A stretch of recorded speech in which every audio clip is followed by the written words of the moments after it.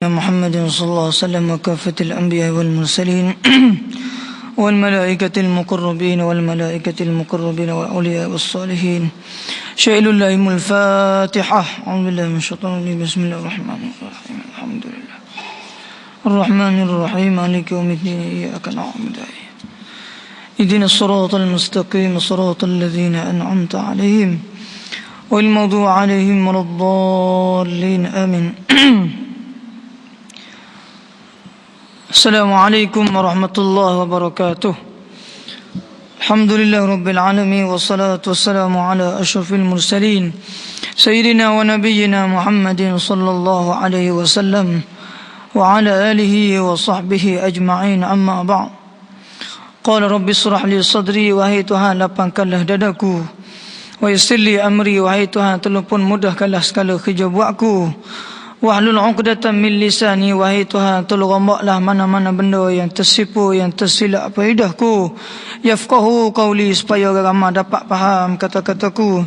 Subhanaka la ilma lana, maha sucimu wahai Tuhan kami ni jahil belaka, tak pandai belaka, tak reti belaka. Illa ma 'allamtana, kecuali benda yang kamu ajar pada kami.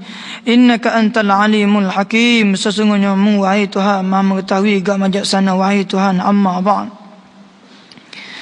Yang mulia Tuan Imam Masjid dan semua muslimin muslimat yang dirahmati oleh Allah sekalian, syukur kita kepada Allah Subhanahu wa taala kerana pagi yang mulia ini pada hari Jumaat Allah Taala menghidupkan kita lagi pada pagi yang mulia ini, dan dalam masa yang sama Allah jemput kita hadir ke rumahnya pada pagi hari ini. Hari pula hari Jumaat ini adalah satu nikmat besar daripada Allah Subhanahu wa taala. Disebut di dalam hadis kudusi, Nabi sallallahu alaihi wasallam bersabda, Allah Taala berfirman di dalam hadis kudusi, barang siapa yang mari ke rumah Allah, duduk dalam majlis ilmu dalam rumah Allah, maka semua dosa mereka itu akan diampun oleh Allah Subhanahu wa taala. Bila semua dosa kita ampun, Nabi sebut seorang malaikat mengadu hal kepada Allah. Ini disebut dalam hadis kudusi. Malaikat sebut, ya Rabbi, dalam ramai-ramai tu ada orang banyak dosa, bukan tak ada dosa belakang. Dalam ramai-ramai orang yang mari pak ngajar tu, kata seorang malaikat, ya Rabbi, seorang ni dosa dia tak pernah taubat. Daripada awal siapa dia hidup hari ni, dia tak pernah taubat sekali habuk. Tapi dia juga pak ngajar. Apakah dosa dia ni mu apa juga? Malaikat tanya. Di awal hadis, Allah Ta'ala berfirman dalam hadis kursi, tak kira siapa, bila mari majlis ilmu, mari ke rumah aku, semua dosa dia aku ampun belaka. Disebut dalam hadis kursi. Tiba-tiba malaikat tanya, ya Rabbi, dalam ramai-ramai ni, dia ni tak pernah taubat daripada dosa. Dia berzina lagi, dia minum arak lagi, dia judi lagi, dia gitu gini, mengopak apa, curi barang orang, mengopak orang. Apakah dosa dia ni mu apa juga? Sedangkan dia tak pernah taubat. Maka Allah Ta'ala kata, pung, orang ni juga aku ampun juga dosa dia, sebab dia duduk bersama di dalam majlis ilmu. Tengok, ini rahmat Allah Ta'ala beri. Duduk dalam rumah Allah, antara manusia yang boleh duduk di bawah bayangan arasy hari akhirat, Nabi sebut ialah qalbun mu'allakum bil masajid wa rajulun mu'allakum bil masajid, seorang laki-laki ataupun perempuan yang mana qalbun mu'allakum bil masajid, hati dia sentiasa bergantung dengan masjid, rumah Allah Subhanahu wa taala. Maka orang macam ni dapat duduk di bawah bayangan arasy di hari akhirat. Nak rayaknya besar dalam rumah Allah ni sehingga disebut dalam hadis yang lain, sekiranya Allah waktu turun bala daripada langit atau daripada bumi, maka orang yang duduk dalam majlis rumah Allah, maka dia tidak akan kena bala. Ini kehebatan rumah Allah. Kita duk besar rumah hatu daripada rumah Allah. Ini silap kita manusia. Mengaku Islam, semayanya kita, posanya kita, tetapi dalam masa yang sama, walaupun kita kata kita benci Yahudi, kita lawan Yahudi, tetapi dalam masa yang sama perangai kita diikut Yahudi, tiap-tiap hari kita tak khabar. Ini masalah. Musim ni musim orang duk jadi bengong habis ni. Sehari dua lagi nak main bola pula. Pakat gila ke bola belakang. Lah ni orang duk perang belakang Yahudi duk bala. Kita pun akad sepanduk lawan Yahudi, menentang Yahudi. Tetapi dalam masa yang sama perangai kita duk ikut Yahudi tiap-tiap hari. Dalam rumah kita sendiri pun kita duk perangai Yahudi. Macam mana yang kita kata kita benar-benar mengikut sunnah Nabi sallallahu alaihi wasallam?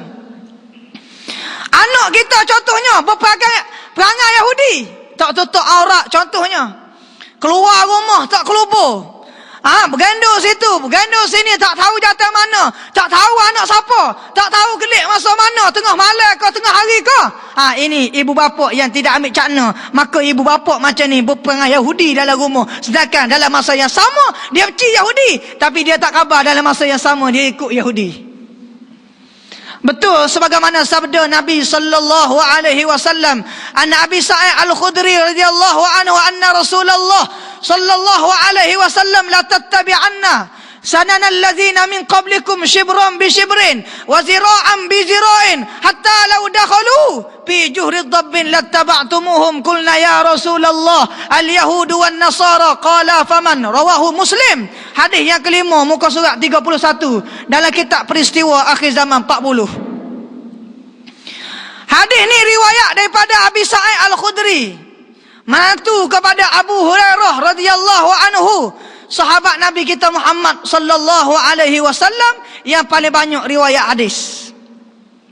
Abu Sa'id kata, aku dengar pada satu hari Nabi sebut akhir zaman umat dia ni akan ikut umat dulu, umat orang sesat. Bukan ikut semua dak. Shibron bi shibrin wa zira'an bi zira'in. Sekar sikit-sikit je ikutnya. Sahasta ikutnya. Kalau tak ikut dalam pembangunan, ikut dalam ekonomi. Kalau tak ikut dalam ekonomi, ikut dalam amal ibadat. Kalau tak ikut dalam amal ibadat, ikut dalam rumah tangga, ikut dalam majlis perkahwinan. Banyak aspek kita ikut Yahudi. Sedangkan benda tu kita tak khabar berlaku dalam setiap masa hari yang kita buat. Sehari dua ni kalau buaya ni gula banyak ni, gula. Hamba belum main ngajar berok dah pagi ni. Makan gula banyak. Kalau tua-tua lagi pak nikah, tengok orang Sunday lagu mana pakai ye. Hamba tak apung ke tak bini lagi. Tua-tua tengok orang Tino pakai ye guna lah ni. Orang Tino pengantin tadi pakaian menyebabkan apa? Bagi hok dalam, kulit dalam. Inilah yang Nabi kata, antara manusia dua golongan masuk dengan neraka. Salah satunya ialah Nabi sebut perempuan yang berpakaian tetapi telanjang di akhir zaman. Ni manusia masuk neraka. Disebut dalam hadis sinfani minan nar, dua golongan masuk neraka. Pertama, pemimpin yang zalim, yang tidak taat pada perintah Allah, ni masuk neraka. Yang kedua, Nabi sebut nisaun kasiyatun ariyatun mumilatun kaaslimatil bukhti lam yarih raihatal jannah. Seorang perempuan yang berpakaian tetapi nampak kulit badannya, berpakaian tapi hakikatnya telanjang di sisi Allah, di sisi pandangan manusia, maka macam ni orang ni dapat golongan api neraka di hari akhirat. Nauzubillah. Banyak kita duk perhati akhir zaman ni. Pak majlis kahwin contohnya, orang make up apa nama ni, pengantin, orang pondek make up, betul tak? Kau dah mau tengok kena? Mu andai orang panggil. Padahal dia tu jatuh bukan tena, dak serah tak seluar tak percaya.